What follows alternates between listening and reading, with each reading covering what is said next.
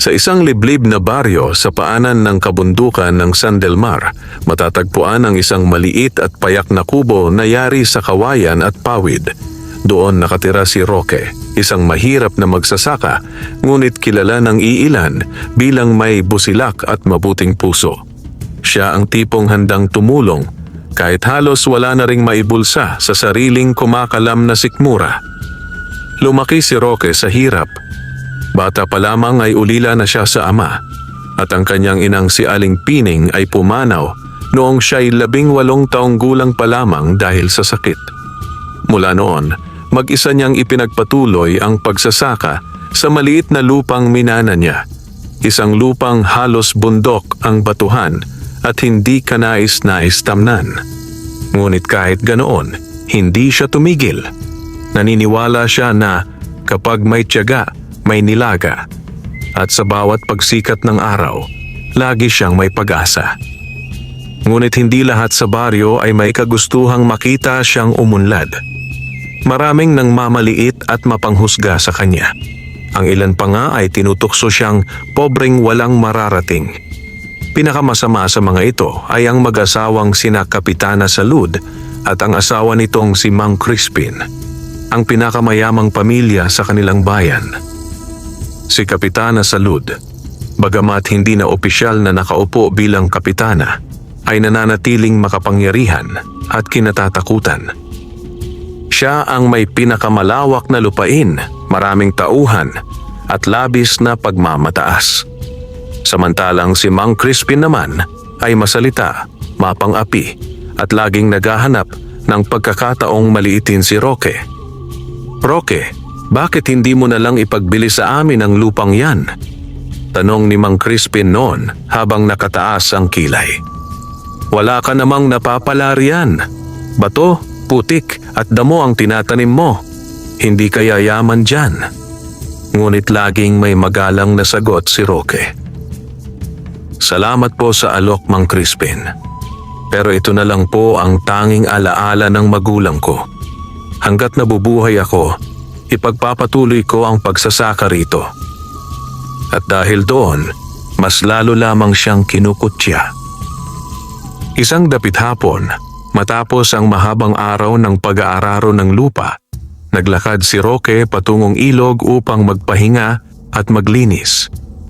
Habang dumadaloy ang malamig na tubig sa kanyang mga kamay, napatingin siya sa ilog at napansin ang isang kakaibang bagay na paanod-anod. Isang lumang bote. Kulay berde ang salamin.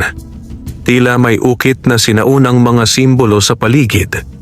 At may nakaselyong tansong takip na may nakaukit na kakaibang marka. Bagamat animoy ordinaryong bote ng alak, may kung anong kakaibang liwanag itong tinataglay. "Ano kaya ito?" bulong ni Roque habang dinadampot ang bote. Pag-angat niya, may tila mahinang tinig siyang narinig, parang nagmumula sa loob. Tulong. Nanlamig ang kanyang batok. Napatingin siya sa paligid, baka may naghihingalo at nangangailangan ng saklolo. Ngunit wala siyang ibang tao sa paligid. Muli niyang inilapit ang bote sa kanyang tainga. At mas malinaw niya itong narinig. Isang boses ng babae, mahina at humihikbi. "Maawa ka. Tulungan mo ako." Dahan-dahan niyang sinilip ang loob ng bote at laking gulat niya nang makita ang isang maliit na anyo. Isang nilalang na may pakpak, nakasuot ng puting bestida at tila umiiyak habang umiikot-ikot sa loob na parang nakakulong. "Isang diwata?" bulalas ni Roque, halos hindi makapaniwala. Ang liwanag mula sa bote ay bahagyang kumikislap at sa bawat kisap nito ay mas kita ang lungkot at paghihirap ng nilalang. "Hindi ako maaaring magkamali. Isang diwata nga," sabay kabog ng kanyang dibdib. Ang isang ordinaryong tao marahil ay tatakbo sa takot, ngunit hindi si Roque. Sa halip, naramdaman niya ang awa. Isang munting nilalang na tila nangangailangan ng tulong at hindi niya kayang talikuran iyon. Kung totoo ka man, Paano kita matutulungan? Tanong ni Roque. Hindi tiyak kung dapat bang buksan ang bote o baka delikado. Ngunit bago pa man niya mapag-isipan ng mabuti, biglang lumiwanag ang bote. At sa sandaling iyon, naramdaman niya ang banayad ngunit mahiwagang ihip ng hangin na para bang sinasagot ang puso niya, hindi ang isip. At sa unang pagkakataon, nakaramdam si Roque ng kakaiba, isang simula ng kapalarang magbabago ng tuluyan sa kanyang buhay. Hindi niya alam na ang pagdakila at kabutihang palaging nananahan sa kanyang puso, ang mismong dahilan kung bakit siya ang napili ng kapalaran upang makatagpo ng mahiwagang nilalang na magpapabago sa kanyang tadhana at sa hinaharap susubok sa kanyang pagkatao. Hindi makapaniwala si Roque sa nakita. Ilang beses niya pang kinurap ang kanyang mga mata, baka guni-guni lamang ang lahat. Ngunit hindi naglaho ang maliit na nilalang na nasa loob ng bote. Nandun pa rin ito, umiiyak, nanghihina, tila matagal nang nakakulong. Nanginginig ang kamay ni Roque habang hawak ang bote. Diyos ko, paano nangyari ito? Bakit may diwata sa loob ng bote? Muli niyang narinig ang mahinang tinig. Pakiusap, pakawalan mo ako. Napatingin si Roque sa takip na tansong may nakaukit na kakaibang simbolo. Hindi yun ordinaryong disenyo, parang sinaunang selyong panapi o pantigil ng mahika. At doon siya lalo pang nagduda kung dapat ba niya itong buksan. Kung diwata ka nga, baka may dahilan kung bakit ka nakakulong, bulong niya sa sarili. Baka delikado kang pakawalan. Ngunit habang tinitingnan niya ang nilalang, hindi takot ang nanaig sa kanyang puso, kundi awa. Napansin niyang namumutla ang diwata at halos hindi makapagpalipad ng pakpak. Hindi niya matiis. Hindi kita pababayaan, mahina niyang sabi. Umupo siya sa tabi ng ilog at maingat na ipinatong ang bote sa damuhan. Pinagmasdan niya ito ng mabuti. Kung pakakawalan kita, baka magdulot ako ng panganib. Pero kung hindi, baka tuluyan kang mamatay sa loob. May isa siyang natutunan sa buhay. Mas pipiliin niyang magdusa kaysa manood ng taong naghihirap ng walang ginagawa. Huminga siya ng malalim at mahinang nagsalita. Kung mali ang gagawin ko, sana patawarin ako ng kalikasan. Hinawakan niya ang tansong takip. Mainit ito, tila may matagal nang nakatagong mahika. Pinwersa niya ng kaunti, ayaw umikot. Sinubukan pa niya ulit. Napaso ang kanyang palad kaya napabitaw siya. Aray! Napasabunot siya sa sakit. Nang tingnan niya ang palad, may bahagyang pulang marka. At doon niya narinig ang boses ng diwata, mas malinaw na ngayon. Hindi pwedeng puwersahin, may sumpang nagbabantay sa selyo. Paano ko ito mabubuksan? Tanong ni Roque, nakayuko sa bote na parang nakikipag-usap sa isang bata. Mahina ngunit malinaw na tumugon ng diwata, tanging kamay ng taong dalisay ang puso, ang kayang sumira sa selyo. Ngunit magdudulot ito ng sakit at kapalit. Napakunot ang noo ni Roque. Kapait?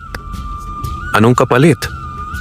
Ngunit bago pa makasagot ang diwata, may biglang malakas na kaluskos mula sa kakahuyan.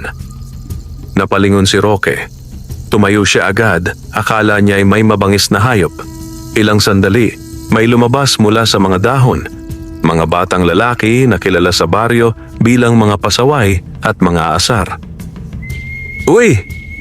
Si Roque, sigaw ni Poldo, ang pinakamatanda sa grupo. Ano yan, hawak mo? Bote lang? Ibinibenta mo ba yan sa junk shop para may pambili ka ng asin? Nagtawanan ang 4 na batang kasama niya. Pinili ni Roque na hindi pumatol. Hapon na, umuwi na kayo. Mapanganib dito sa ilog sa gabi. Ngunit lalong nangasar ang mga ito. Nilapitan nila si Roque at pilit na inaagaw ang bote. Akin na yan, baka may laman yan na alak, haha. Huwag ninyong galawin yan. Seryosong sigaw ni Roque.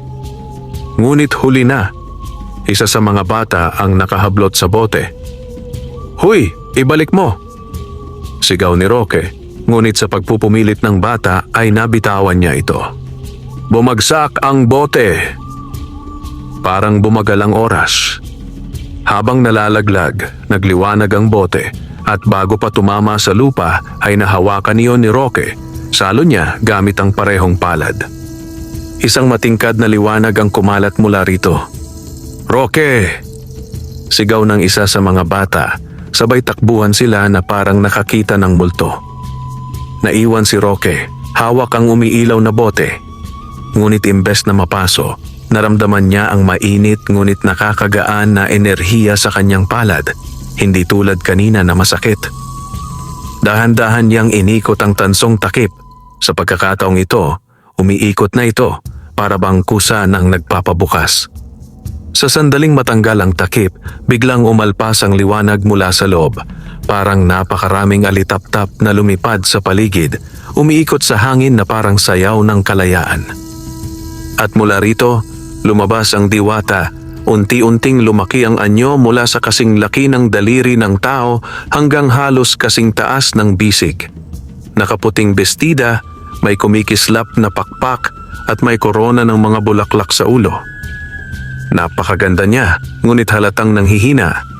Lumutang siya sa harap ni Roque at tumingin ng may pasasalamat. "Maraming salamat!" Bulong ng diwata habang halos mawalan ng malay. Mabilis na sinalo siya ni Roque. "Hoy, ayos ka lang ba? Anong kailangan mo?" Bumuka ang mga mata ng diwata kahit hirap. "Ako si Diwata Lisandra, tagapagbantay ng kagubatan. Nahuli ako at isinara sa selyong mangkukulam." Napasigaw siya sa sakit at kumapit sa damit ni Roque. "Ngunit ikaw ang nagligtas sa akin." At bago pa man makapagsalita si Roque, nawala sa ulirat ang diwata at tuluyan siyang napahimlay sa bisig nito. Sa gabing iyon, habang ang buwan ay unti-unting lumilitaw sa langit, napagtanto ni Roque na nagbukas siya ng pintuan sa isang mundo ng kababalaghan. Isang mundong hindi basta-basta maunawaan ng karaniwang tao. Isang simula ng kapalarang magdudulot ng pagbabago, panganib at milagro sa kanyang buhay. Mabilis na naglakad pa uwi si Roque, tangan-tanga ng nanghihinang diwata. Ramdam niya ang bahagyang pag-init ng katawan nito. Hindi pangkaraniwang init ng may sakit, kundi tila nagmumula sa kakaibang enerhiya na kumikislap-kislap sa balat ng diwata. Pagdating niya sa kanyang munting kubo, agad niyang pinahiga si Lysandra sa malinis na banig na inilatag niya sa mesa. Kumuha siya ng kumot at marahang tinakpan ito upang hindi ginawin. Habang pinapanood niya ang diwata, hindi niya maiwasang humanga. Hindi lang ito marikit. Ang presensya nito ay nagbibigay ng kakaibang katahimikan na parang ginagabayan ang kapaligiran. Ngunit kasabay noon ay takot at kaba. Ano ang magagawa niya para rito? Ano ang dapat niyang gawin? "Hindi ko alam kung paano kita matutulungan." Bulong niya habang nakaupo sa tabi at nakatitig sa diwata. Pagkatapos, kumuha si Roque ng palanggana ng maligamgam na tubig at punas na tela. Maingat niyang pinunasan ang noo at mukha ng diwata. Sa bawat dampi, may bahagyang liwanag na sumusunod na parang sinisipsip ng diwata ang init mula sa tubig. Ilang sandali pa ay narinig niya ang mahina ngunit malinaw na tinig. "Salamat, Roque." Napatingin siya agad. Gising na si Lysandra. Bagamat mahina pa ang boses, mas malinaw na ang inaasal nito kumpara kanina. "Binigla mo ako," mahinang tugon ni Roque. May halong ngiti. "Kamusta pakiramdam mo?" Bahagyang kumurap si Lysandra. "Mahina pa rin. Kailangang makapagpahinga ng ilang araw, pero ligtas na ako sa selyo dahil sa'yo." Hindi pa man lubos maunawaan ni Roque ang lahat, may isang tanong agad ang pumasok sa kaniyang isip. "Bakit ka nakakulong sa bote? Sino ang gumawa nun sa'yo?" Bahagyang nagbago ang ekspresyon ng diwata. May halong lungkot at takot ang napansin ni Roque sa mga mata nito. Isang makapangyarihang mangkukulam, si Sabalon, sagot niya. Matagal na niya akong pinagnanasaan dahil sa aking kakayahan sa pagpapagaling at pagbibigay buhay sa kalikasan.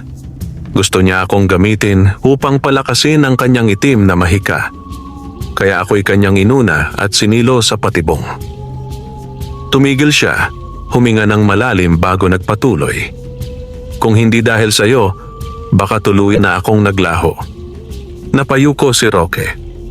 Hindi niya akalaing ganoon kabigat ang kalagayan ng diwata. Ngunit bago pa siya makapagtanong muli, kumislap ang mga kamay ni Lysandra at biglang lumutang ang isang maliit na bilog na liwanag sa pagitan nila. Roque, wika ni Lysandra, pinahiram mo ako ng kabutihan, awa at lakas upang ako'y mapalaya. Ngayon, hayaan mo naman akong magbigay sa iyo ng kaunting biyaya bilang pasasalamat. Napatayo si Roque at kumabog ang dibdib. Hindi ko kailangan ng kapalit. Tinulungan kita dahil kailangan mo. Ngumiti ang diwata, paingit na parang alam ang sasabihin niya. At doon pa lamang ipinapakita ang kadalisayan ng puso mo.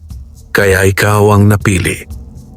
Hindi man lubos na nauunawaan ni Roque ang mga sinasabi ng diwata, na natili siyang nakikinig. Mula sa kumikislap na liwanag, sumulpot ang tila maliit na binhi. De ginto ang kulay, kumikintab na parang isang bituin. Ano yan? Tanong ni Roque. Isinara ni Lysandra ang kanyang palad at ipinatong ang binhi sa kamay ni Roque. Sa pagdampi nito, dumaloy ang banayad at nakakagaan na enerhiya sa kanyang katawan. Ito ay butil ng buhay, Roque, paliwanag ni Lysandra. Isang biyaya mula sa kalikasan. Itanim mo ito sa iyong lupain. Hindi ko masasabi kung ano ang tutubong halaman dahil ang butil ng buhay ay sumasabay sa dalisay na hangarin ng pusong nagtanim. Ngunit paano man ito umusbong, magbibigay ito ng kabutihan sa buhay mo. Namangha si Roque, halos hindi makapaniwala. Para sa akin ito? Ngumiti ang diwata at tumango. Oo. Ngunit may paalala, ang anumang biyaya ay may kasamang pagsubok. Sa pag-usbong ng butil ng buhay, magsisimula rin ang pagkilos ng dilim na may galit sa liwanag. Kailangang maging matatag ka. Biglang naglabas ng kunotno si Roque. Pagsubok? Dilim? Hindi ko... Ngunit hindi na natapos ang kanyang salita dahil kumulog ng malakas sa labas. Kasunod ang biglang paghampas ng malakas na hangin sa mga dingding ng kanyang kubo.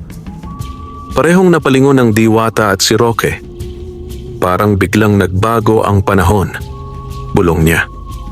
Umiling ng marahan si Lysandra. Hindi panahon ang nagbago. May nakaramdam na nakawala ako. Napakapit si Roque sa bote na pinagmulang selyo at nakaramdam ng kaba. Sino? Ano? Si Sabalon? Tanong niya.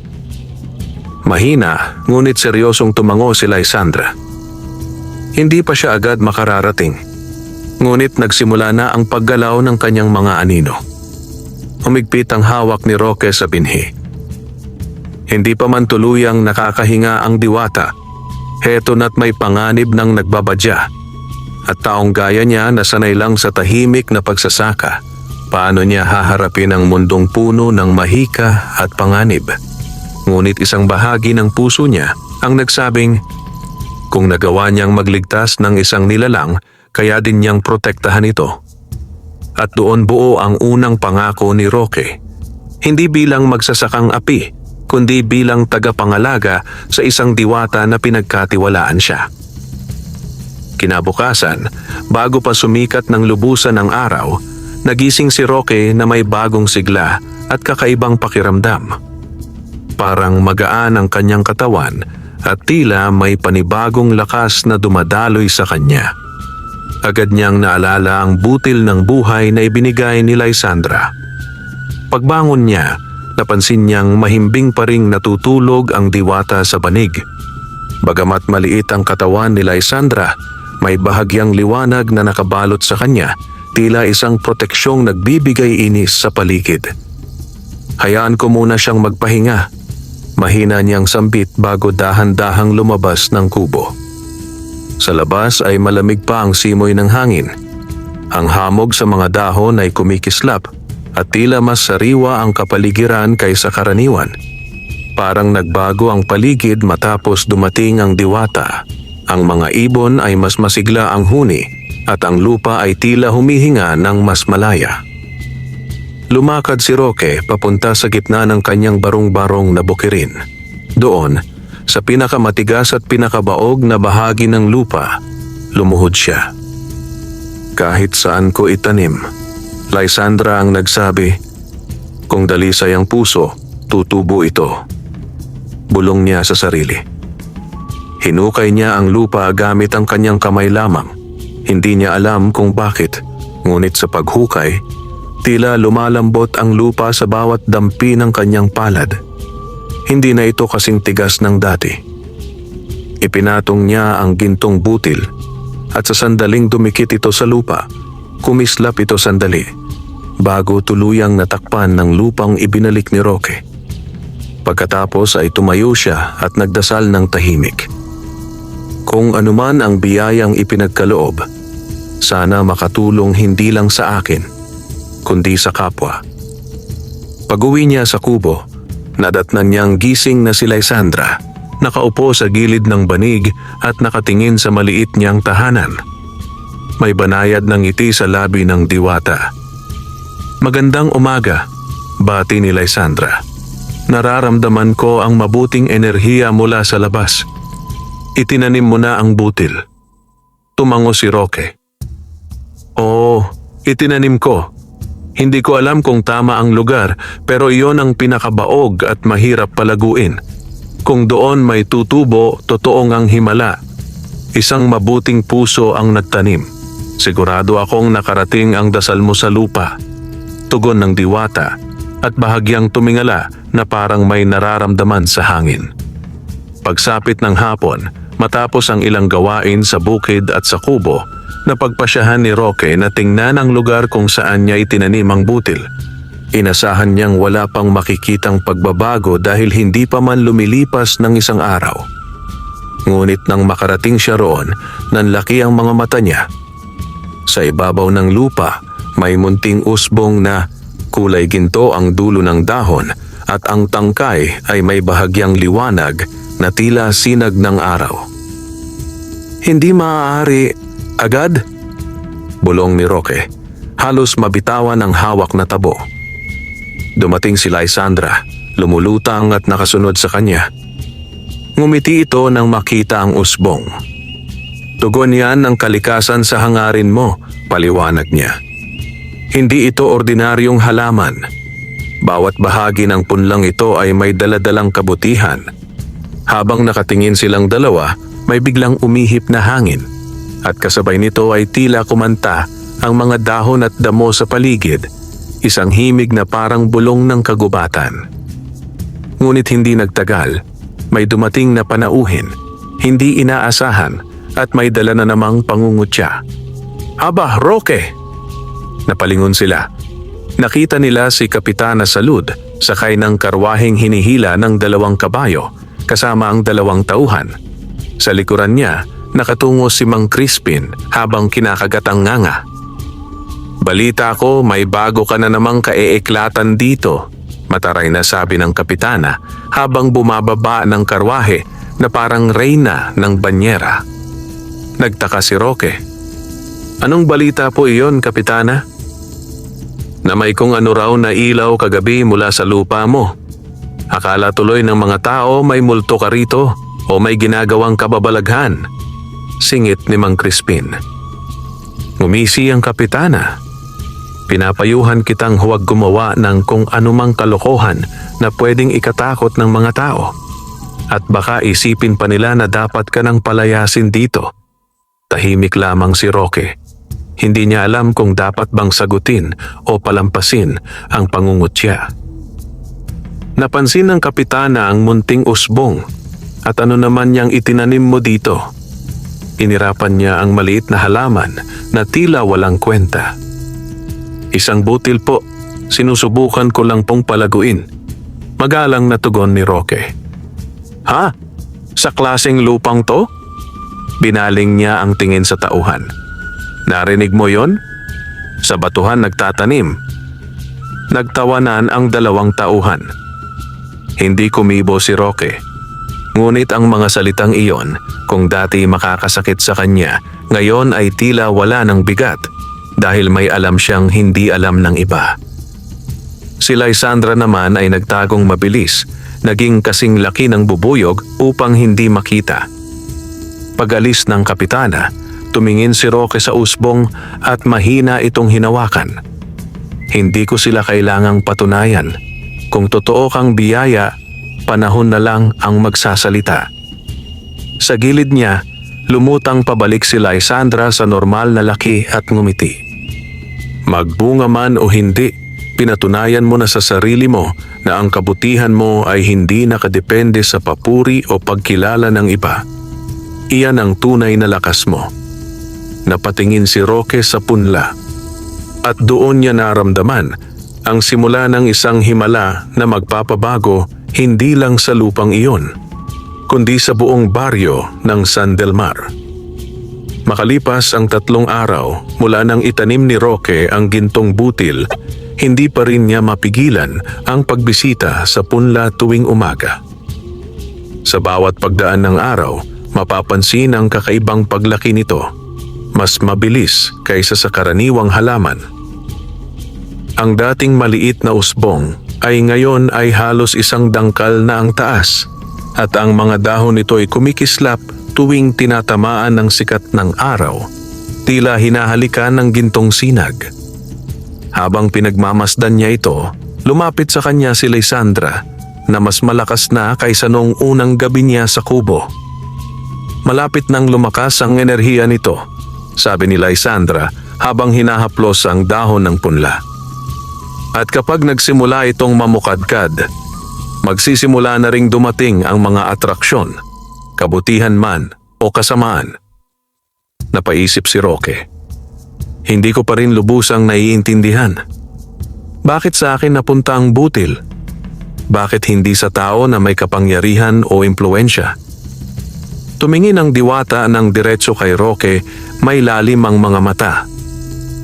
Dahil ang tunay na biyaya ay hindi ipinagkakaloob sa mga makapangyarihan, kundi sa mga may pusong marunong magpahalaga at magbahagi.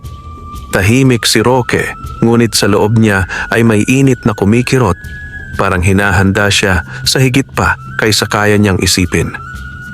Habang lumalaki ang punla, may napapansin na ring pagbabago sa lupa sa paligid nito.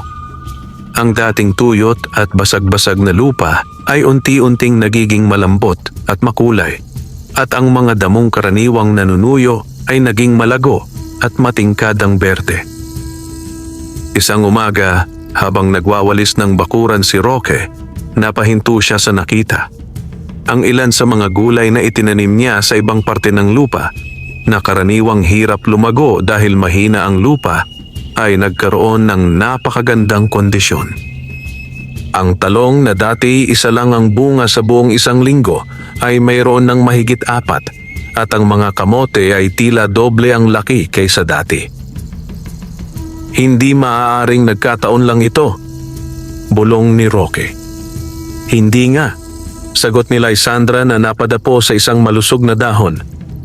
Ang biyaya ng punla ay hindi lamang limitado sa isang lugar. Kumakalat ito dahan-dahan sa paligid, parang pag-asa. Kapag itinanim sa tamang puso, naaabot ang iba. Dahil sa hindi maitatagong pagbabago, napansin ito ng ilang kapitbahay. Nagsimulang may sumilip sa bakod ni Roque at naguumpukan ng ilan.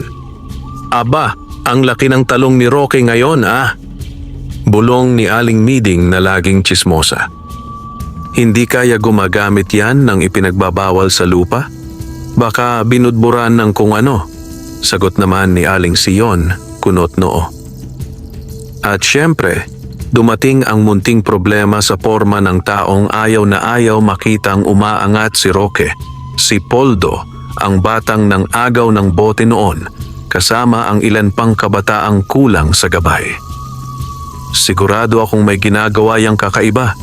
Parang engkanto-engkanto, sigaw ni Poldo habang nakasampa sa bakod. Lumapit si Roque ng kalmado, hawak ang isang basket ng gulay na nakahanda niyang ialok sa mga kapitbahay. Magandang umaga. Gusto niyo po bang kumuha? Sobra-sobra ang bunga, baka may mapakinabangan kayo. Nagulat ang mga naroon. Hindi nila inasahan ang kabaitan na iyon. Si Aling Miding ay agad kinuha ang 3 talong. Napatingin ng may hiya. Salamat, Roque. Hindi ka talaga nagbabago kahit ginagawan ka ng kwento ng iba. Ngumiti lamang si Roque. Kung may biyaya man akong matatanggap, mas magiging masarap ang bunga kung ipapamahagi. Sa gilid, napangiwi si Poldo, tila hindi tanggap ang kabutihan ni Roque. Ngunit bago siya makapagsalita ulit, biglang may karwaheng huminto sa harap ng bahay ni Roque. Isa iyong karwahe na kulay pula na may tatak ng kanilang bayan. Nang bumukas ang pinto, bumaba ang isang lalaking nakasuot ng maayos na barong. May bitbit na mga dokumento at may kasamang 2 bantay. Magandang araw, bati ng lalaki. Ako si Ginoong Marcelo de Gracia, representante ng munisipyo. Nagkatinginan ng mga tao. 2 uri lang ng bisita ang dumadating sa kubo ni Roque, ang mangungutya o ang may kailangan. Tumayo si Roque, may respeto ngunit may pag-iingat. Ano pong may paglilingkod ko? Ngumiti si Ginoong Marcelo, ngiting politiko at may interes. Nabalitaan namin sa munisipyo na tila nagiging maganda ang animo nitong mga araw. May mungkahi ako, hindi lang para sa'yo, kundi para sa buong baryo. Tumingin siya sa bakuran, lalo na sa lumalagong punla na tila nagtatago sa likod ng kubo. At gusto naming pag-usapan kung paano natin pwedeng palawakin ito. Naroon ang ngiti niya, ngunit may kakaibang lamig ang dating. Sa likuran ni Roque, marahang lumutang si Lysandra at bumulong, halos walang nakarinig. Mag-ingat ka. Hindi lahat ng may magandang ngiti ay may busilak na hangarin. At doon nagsimulang maramdaman ni Roque ang unang senyales ng pagsubok na paparating. Tahimik na pinagmasdan ni Roque si Ginoong Marcelo de Gracia, habang ang mga kapitbahay naman ay nagsitabi upang makinig. Bihira kasing bumisita ang isang tao mula sa munisipyo sa kanilang liblib na baryo, at lalong nakapagtataka na sa kubo pa ni Roque pumunta. Hindi ko po alam kung bakit ako ang pinuntahan ninyo. Magalang na sagot ni Roque. Isa lang po akong maliit na magsasaka. Bahagyang natawa si Ginoong Marcelo, hindi dahil sa biro kundi tila may pangungutya sa ilalim ng boses. Roque, huwag mong maliitin ang sarili mo. Sa totoo lang, mabilis kumalat ang balita tungkol sa iyong magagandang ani nitong mga araw. Sumulyap siya sa mga halaman sa paligid, lalo na sa parte kung saan kapansin-pansin ang sigla ng mga pananim. Napag-uusapan ka na sa munisipyo. May mga taong gusto kang tulungan at baka gusto ka ring kunin bilang modelo ng programa para sa mga magsasaka. Kumindat pa ang lalaki na para bang nag-aalok ng napakagandang kapalaran. Nagbulungan ang mga nakikinig. Wow! Baka sisikat si Roque. Baka yumaman na yan. Lumapit ng isang hakbang si Marcelo at itinapat ang isang folder sa kanya. Kung papayag ka, Roque, nais ka naming isama sa isang proyekto ng bayan, masaganang bukas program. Tutustusan ka namin ng kagamitan, abono, at iba pang suporta. Pero may isang kondisyon. Doon huminto ang ngiti ni Marcelo, kapansin-pansin ang pagliit ng mga mata. Kailangang ipagamit mo sa amin ang parte ng lupa mo upang pag-aralan kung ano man ang ginagawa mo rito. Narinig ni Roque ang ilang mahihinang huni mula kay Lysandra na nakatago sa likod niya kasing laki ng bubuyog upang hindi makita. Kailangan mong mag-ingat, may kapalit lahat ng alok na yan. Totoo, ang alok ay kaakit-akit. Sa unang pagkakataon sa napakahabang panahon, may taong nagpakita ng interes sa kanya, hindi para maliitin siya, kundi para tulungan siya. O at least, Iyon ang ipinapakita nila. Kung tatanggapin mo ito, dagdag ni Marcelo, hindi ka na kailangang maghirap sa pagsasaka.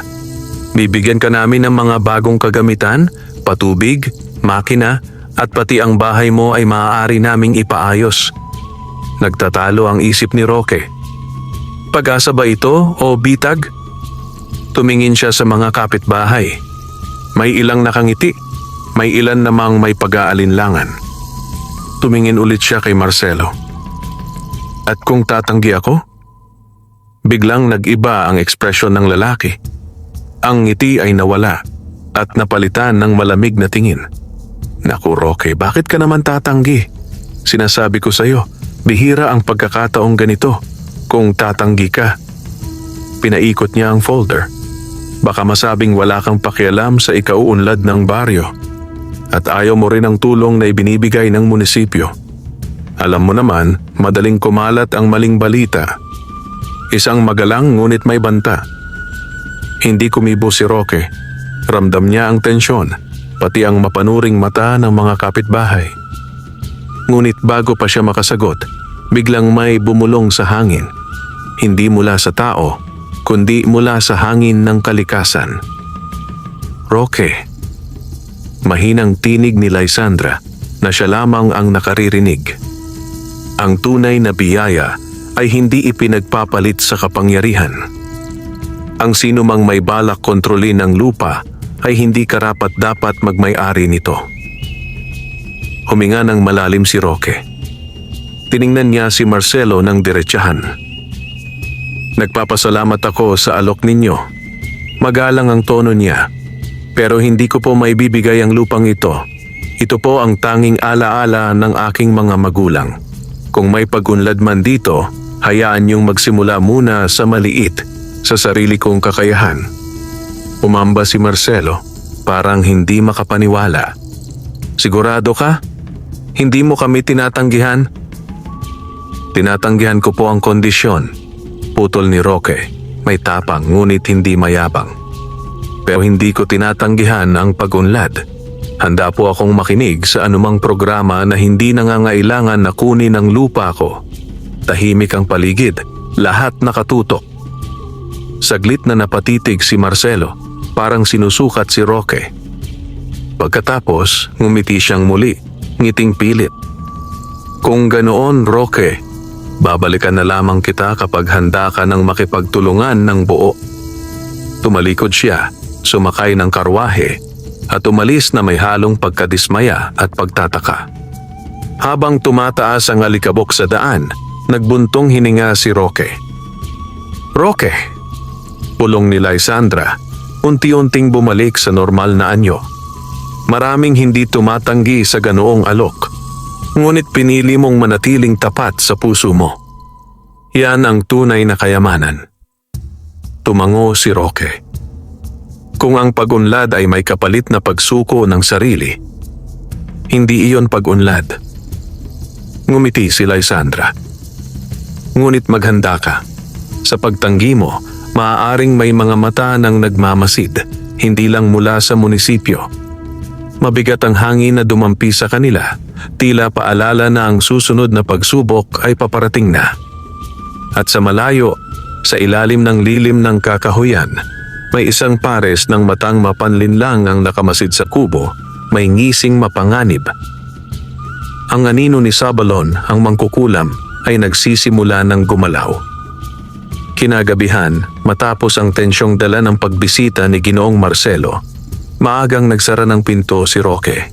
Tahimik ang paligid at tanging huni ng kuliglig at pagaspas ng hangin sa kawayan ang maririnig. Si Lysandra naman ay nakaupo sa may bintana, tanaw ang bukid na unti-unti nang nababalot ng dilim. Roque, mahinang sambit ni Lysandra. Nararamdaman ko ang paggalaw ng mga anino sa paligid. Lumalapit sila. Hindi pa sila handang umatake, ngunit nagmamatsyag na sila. Naglagay si Roque ng maliit lampara sa gitna ng kubo, saka naupo sa gilid ng banig. Sino ba talaga ang mangkukulam na iyon? Bakit napakalaki ng interes niya sa'yo? Huminga ng malalim ang diwata, ang tingin ay tila humihiwalay sa kasalukuyan. Si Sabalon, ay hindi ordinaryong mangkukulam. Isa siyang dating tagapangalaga ng isang sagradong kagubatan, tulad ko. Ngunit pinili niyang talikuran ng liwanag at yakapin ang madilim na mahika upang maging makapangyarihan. Pinaniniwalaan niyang kung makukuha niya ang aking kakayahan sa pagpapagaling, maaari niyang baguhin ang balanse ng kalikasan at gawin itong sunod sa kanyang kagustuhan. Naguluhan si Roque. Pero bakit ikaw? Maraming diwata, hindi ba? Hindi lahat ay ipinanganak na may busilak na kakayahang magbigay buhay, paliwanag ni Lysandra. At sa dami ng mga nasirang kagubatan, natitirang iilan na lang sa amin ang may kakayahang magpanumbalik ng kalikasan. Ako ang pinakahuling tagapagbantay ng lunasang kagubatan. Kaya ako hinuhunting. Saglit na natahimik si Roque. Mabigat ang impormasyong iyon. Higit pa sa inaasahan niyang maririnig. Hindi niya alam na ang simpleng pagtulong niya sa isang nilalang ay may kasamang panganib na halos hindi masukat. Kung ganoon, sabi niya, mas delikado pala ang kalagayan mo kaysa sa inaakala ko. Dapat kang protektahan, Lysandra. Nagulat ang diwata sa determinasyon sa tinig ni Roque. Ngunit bago siya makasagot, biglang umihip ang malamig na hangin sa loob ng kubo kahit sarado ang mga bintana. Swoosh! Napatingin si Lysandra sa pinto. May paparating. May katok na dumagundong sa katahimikan. Tok! Tok! Tok! Napatingin si Roque kay Lysandra. Wala itong sinabi, ngunit ang mga mata niya ay malinaw. Mag-ingat. Dahan-dahang tumayo si Roque at binuksan pinto. Bumungad sa kanya si Aling Miding, ang tsismosang kapitbahay, halatang kabado at namumutla. Roque, nanginginig na sabi nito. Pwede ba? Makitulog muna kami dito? Nararamdaman namin parang may umaaligid sa mga bahay namin. Parang may mga matang nanonood sa dilim. Sa likod ni Aling Miding ay naroon ang dalawa pang kapitbahay, nakayakap sa sarili, dala ang mga kumot at sako. Kita sa mga mata nila ang takot. Hindi na nagdalawang isip si Roque. Oo naman, pumasok kayo, huwag kayong matakot. Habang pinapapasok niya ang mga ito, nagpalit ng anyo si Lysandra, naging maliit na liwanag at nagtago sa gilid upang hindi makita. Salamat Roque, sabi ng isa pang kapitbahay. Wala kaming maisip puntahan. Ikaw lang ang naisip namin. Napaisip si Roque. Kung siya lang ang naisip nila, may ibig sabihin iyon. Kahit minamaltrato siya ng ilan, may tiwala pa rin ang iba sa kabutihan niya. Matapos silang makapasok, isinara ni Roque ang pinto. Naglagay ng mas maraming lampara at nagsindi ng insenso laban sa lamig. Sa labas, tila may mahihinang yabag na umaaligid sa lupa. Parang may mabibigat na paa na dumadaan sa paligid ng kubo. Thump, thump, thump. Napapikit si Roque.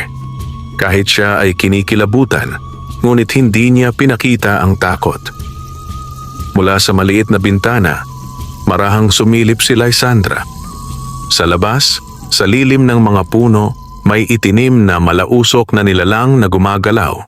Hindi malinaw ang anyo, pero ang presensya nito ay nagbibigay ng matinding lamig sa hangin. Mga anino sa balon, mga alagad na ipinadadala upang magmanman. Roque, bulong ni Lysandra, hindi sila papasok ngayong gabi. Tinitingnan pa lamang nila kung gaano kalakas ang proteksyon mo. Ngunit darating ang panahon. Susubukan nilang pumasok.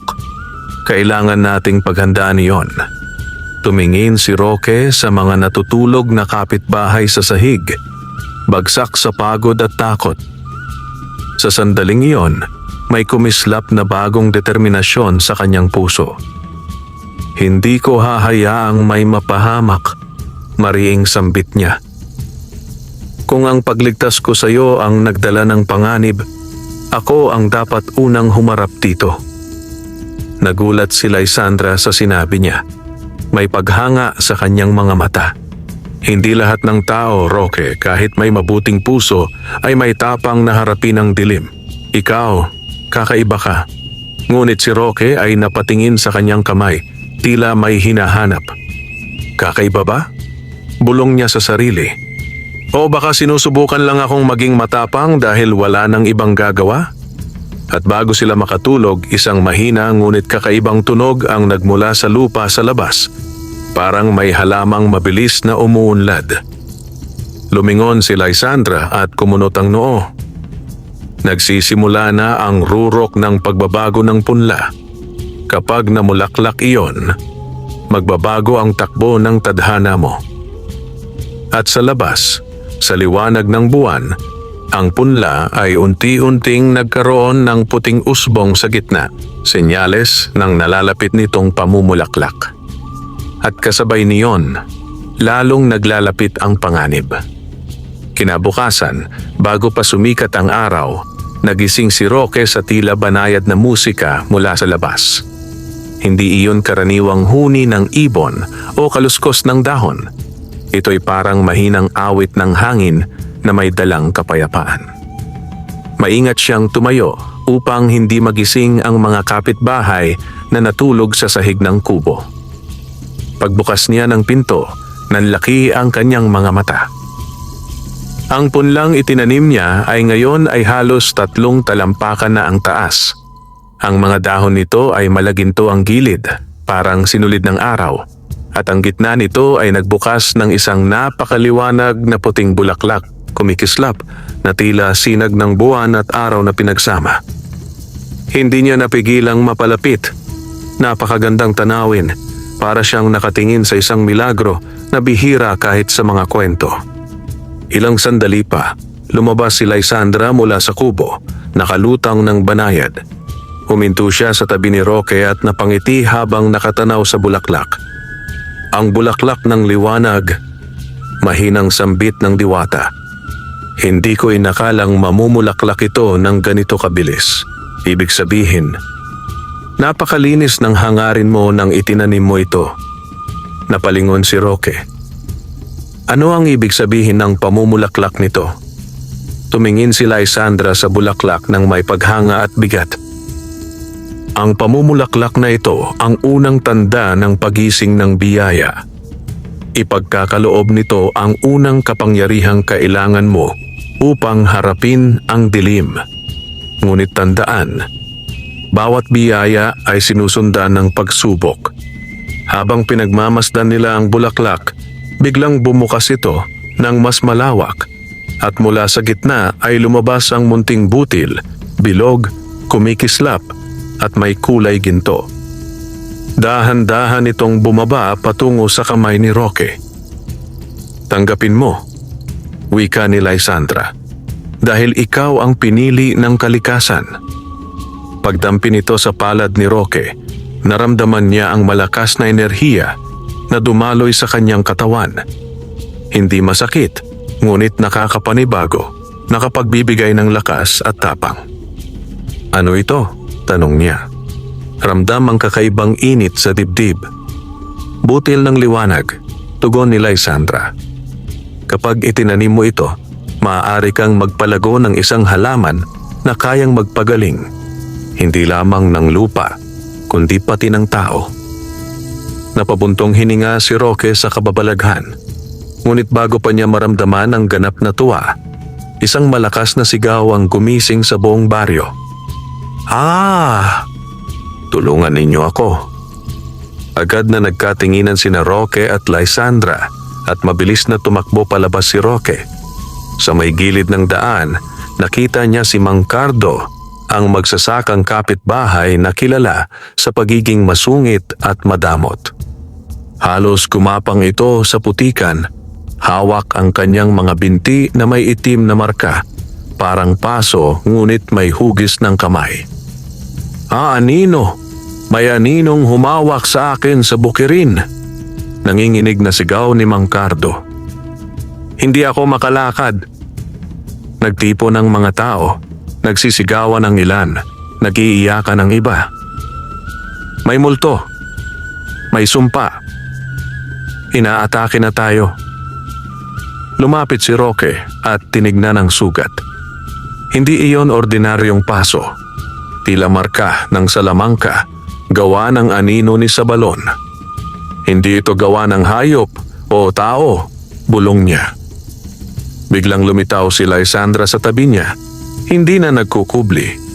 Nanlaki ang mga mata ng mga tao. Didiwata! May engkanto sa bahay ni Roque. Ngunit walang panahon para magpaliwanag. Seryoso si Lysandra at marahang hinawakan ng sugat. Tinamaan siya ng anino. Hindi ito kayang gamutin ng karaniwang halamang gamot. Roque, ang butil na nakuha mo, ito na ang unang pagsubok. Napatingin si Roque sa gintong butil sa kanyang kamay. Kailangan mo itong itanim ngayon, paliwanag ni Lysandra. Kapag tumubo ito, ibibigay nito ang unang bunga ng liwanag at iyon ang gagamitin mo upang gamutin si Mang Cardo. Nag-aalangan si Roque. Ngayon, sa harap ng lahat? Tumingin si Lysandra sa kanya. Ang kabutihan ay hindi dapat ikubli, Roque. Lalo na kung kaya nitong iligtas ang iba. Binalingan ni Roque ang mga tao. May takot, duda at pagkalito sa mga mata nila. Kung itatanim niya ang butil sa harap nila at hindi ito tumubo, baka pagtawanan siya at lumala ang takot ng mga tao. Ngunit kung hindi niya susubukan, tiyak na mamamatay ang binti ni Mang Cardo at maaaring lumala ang lagim. Huminga siya ng malalim. Kung ang biyaya ay ibinigay sa akin para makatulong, hindi ko ito dapat itago. Lumapit siya sa lupa malapit kay Mang Cardo. Hinukay ang lupa gamit ang kamay at dahan-dahang itinanim ang butil ng liwanag. Walang kumikilos. Ang buong baryo ay nakatingin, hawak ang hininga. Ilang segundo ang lumipas. Walang nangyayari. Nagbubulungan ang mga tao. Bakit wala? Baka panloloko. Teka, biglang umilaw ang lupa. Mula sa ilalim, tumubo ang isang halaman na may puting dahon at gintong ugat. Tumubo ng mabilis at sa dulo nito ay may isang prutas na malaperlas, kumikislap at may bahagyang init. Napasigaw ang ilan sa pagkabigla. Si Lysandra ay ngumiti. Roque, kunin mo. Iyan ang bunga ng liwanag. Ipahid mo sa sugat. Kinabahan man, kinuha ni Roque ang prutas, dinurog ito sa kamay, at marahang ipinahid kay Mang Cardo. Sa loob ng ilang segundo, naglaho ang itim na marka at napalitan ng malinis na balat. Nakalakad si Mang Cardo na parang walang nangyari. Napatitig ito kay Roque, puno ng hiya at luha. Roque, patawad. Lagi kitang minamaliit. Pero hindi mo ako pinabayaan. Hindi ko alam paano ako magpapasalamat. Tinulungan ni Roque si Mang Cardo tumayo. Ang mahalaga, ligtas ka. Nag-iyakan ng ilang tao. May yumakap kay Roque, may lumuhod sa pasasalamat. Ngunit sa gitna ng tuwa, may dalawang matang nanonood mula sa malayo. Hindi mula sa tao. Ang anino ni Sabalon ay nakapulupot sa puno sa kakahuyan, nakangiti ng mapanlinlang. Kaya pala napili ka, bulong ng anino. Mas magiging masarap sirain ang isang pusong ganyan. At doon nagsimula ang mas malalim na interes ng kadiliman kay Roque. Matapos ang himalang pagpapagaling kay Mang Cardo, kumalat ang balita sa buong baryo ng San Del Mar at maging sa mga karatig lugar. Sa loob lamang ng isang araw, naging sentro ng usap-usapan si Roque. Ang dating minamaliit, ngayoy hinahangaan at pinagkakaguluhan. Kinahapunan, hindi na magkamayaw ang mga taong dumadating sa kubo ni Roque. May ilang may sakit, may sugat, may problema sa pananim, at lahat ay umaasang matulungan ng kakaibang halaman na itinanim niya. Roque, pakiusap. Anak ko po, may lagnat na mataas at hindi gumagaling. Iyak ng isang inang nakayakap sa batang nilalagnat. Roque, baka pwede ring pagalingin nito ang asawa kong may rayuma? Tanong ni Aling Sion. May uod na naman ang palayan namin. Baka may alam kang solusyon? Sigaw ng isa pang magsasaka. Bagamat nais tulungan ni Roque ang lahat, hindi niya maaaring gamitin ng walang ingat ang bunga ng liwanag. Lumapit sa kanya si Lisandra upang ipaalala ang mahalagang katotohanan. Roque, mahinang sabi ng diwata, ang bunga ng liwanag ay hindi maaaring gamitin sa lahat ng oras. May kakayahan itong magpagaling, oo, ngunit ang paggamit nito ng labis ay magpapahina sa halaman. At kung mapilit, mawawala ang balanse. Hindi ito gamot para sa lahat. Napatingin si Roque sa mga tao, umaasa, nananalangin, naghahangad ng himala.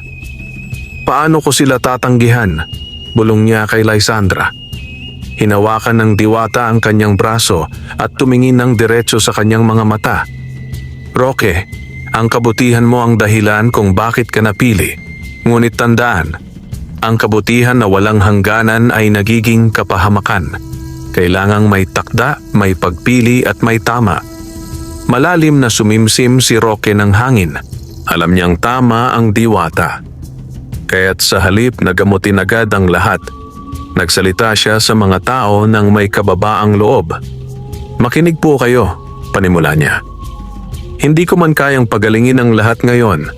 Handa po akong tumulong sa abot ng aking makakaya. Buksan ninyo ang puso ninyo at pakinggan ako. Tahimik ang paligid. Maging ang mga ibon na nasa bubong ay tila nakikinig. Hindi po ako himala at hindi ako may-ari ng kapangyarihan. Ako'y pinagkatiwalaan lamang. Kung gagamitin po natin ito ng tama, mas maraming matutulungan sa mas mahabang panahon. Pero kung abusuhin, mawawala ito. Hindi lahat ay natuwa. May ilan na nadismaya, may umuwing hindi kontento at may nagbulong ng negatibo. Ayan na, nagiging mayabang na. Wika ng isang lalaking naiinggit. Akala ko ba tutulong? Tumanggi naman pala, sumbat ng isa pa. Ngunit may mga nakaintindi at sila ang lumapit, humawak sa balikat ni Roque at nagpasalamat. Nang gabing iyon, muling nakausap ni Roque si Lysandra sa tabi ng punong may bulaklak ng liwanag. Pinagmamasdan nila ang prutas na ibinigay kanina. Unti-unti na itong nanlalabo, tila pagod. Lysandra? Tanong ni Roque. Tama ba ang ginawa ko? O dapat ba talagang ginamit ko ang kapangyarihan sa lahat ng humihingi? Ngumiti ang diwata. Roque, kung ibinigay mo yon sa lahat, maaaring gumaan ang kanilang problema ngayon.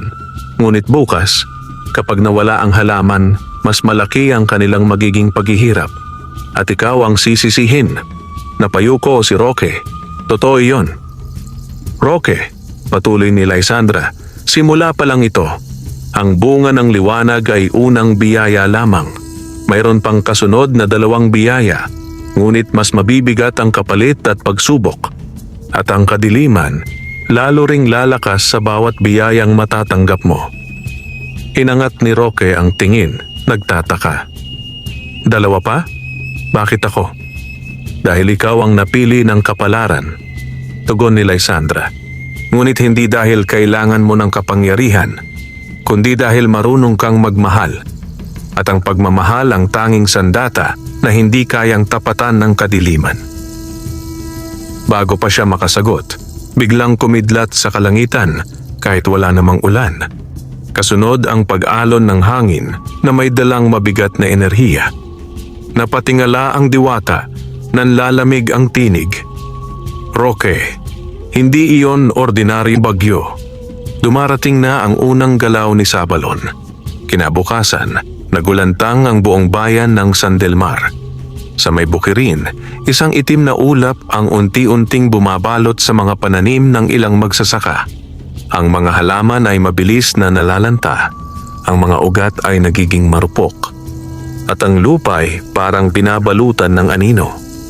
Anong nangyayari? Parang sinasakal ang mga halaman. May sumpa. may sumpa sa palayan. At bilang hindi maiiwasan, kay Roque tumuro ang mga mata ng takot at panghuhusga. Hindi ba't matapos ang ginawa ni Roque kagabi, bigla na itong nangyari? Baka may nilabas siyang engkanto na nagalit. Baka sumpa to dahil may tinatago si Roque. Mabilis kumalat ang takot tulad ng apoy. Si Mang Crispin, ang asawa ni Kapitana Salud, ang unang sumigaw. "Roque, ano bang ginawa mo? Ikaw ang dahilan nito, hindi ba?" Napalibutan si Roque ng mga tao at kahit ang ilan na tinulungan niya kahapon ay nag-aatubiling ipagtanggol siya ngayon. Nakita ni Lysandra ang takot at pagkalito sa mata ni Roque. Lumapit siya, maraang hinawakan ang balikat nito. "Roque, ito na ang unang pagsubok ng puso mo. Harapin mo sila, hindi para ipagtanggol ang sarili, kundi para patatagin ang tiwala nila." Huminga ng malalim si Roque. Hindi niya alam kung paano niya makokontrol ang nangyayaring ito. Ngunit isa lang ang tiyak. Hindi niya hahayaang sirain ng takot ang kabutihan na unti-unting nabubuhay sa baryo. At sa gitna ng sigawan at akusasyon, isang matigas na boses ang muling umalingaw-ngaw at bumago ng takbo ng lahat.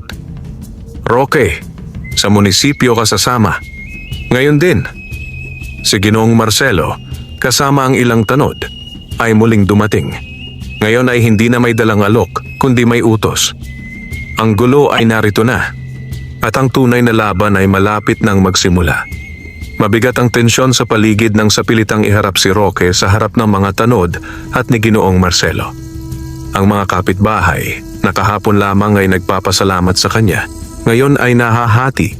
May naniniwalang inosente siya at may naniniwalang siya ang may kagagawa ng sumpa sa bayan. "Roque," maring sabi ni Ginoong Marcelo, "hindi ko ito kagustuhan, ngunit may utos mula sa munisipyo. Kailangan mong sumama sa amin. May mga katanungan tungkol sa mga kakaibang pangyayari dito." Sinubukan ni Roque na manahimik at maging kalmado. Ngunit bago siya sumagot, lumutang si Lysandra, hindi na nagtatago, na ikinagulat at ikinabahala ng lahat. Hindi si Roque ang may kagagawa ng sumpa. Marinyang wika, ang tinig ay may bahid ng kapangyarihan. May mas malaking puwersa ang kumikilos, at kung hindi natin susuportahan si Roque, malalakas ang anino at lalaganap ang kadiliman sa bayan ninyo. Nagbulungan ang mga tao. Diyos ko, diwata talaga siya. Kung ganoon, totoo nga ang kababalaghan.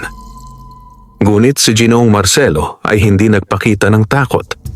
Sa halip, tumingin siya kay Lysandra ng may kakaibang kislap ng mata. Hindi pagkabighani, kundi pagkagahaman.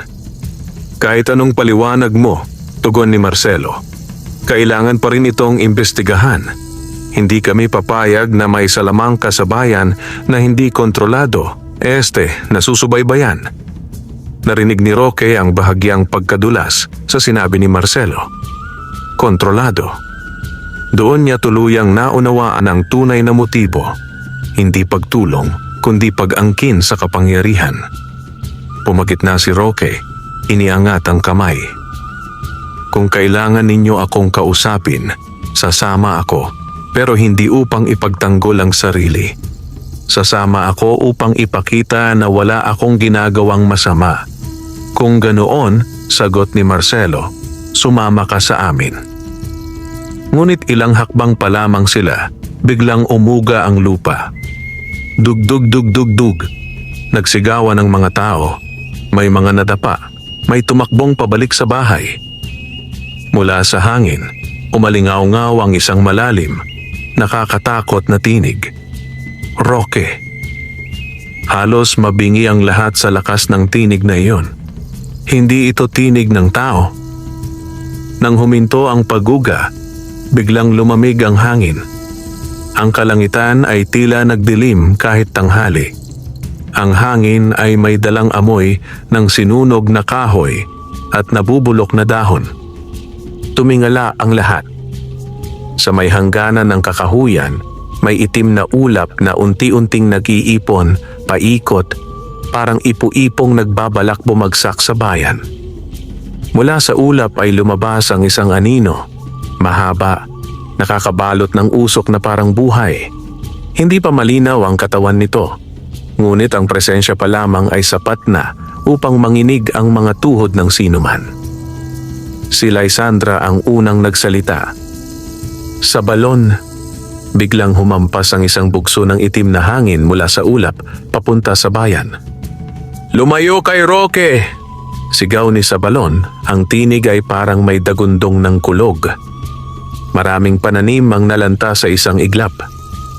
Nanlaki ang mata ni Roque. Hindi siya tumakbo, hindi siya umatras. Sa halip, tumayo siya sa gitna ng kalsada, harapan ng bayan, kahit walang kapangyarihan upang lumaban. "Kung ako ang kailangan mo," sigaw ni Roque, "ako ang kaharapin mo. Huwag mong idamay ang mga tao." Nabigla si Lysandra. "Roque, huwag." Ngunit huli na. Tumingin ang anino kay Roque at mula rito ay unti-unting nabuo ang nakakatakot na anyo ni Sabalon.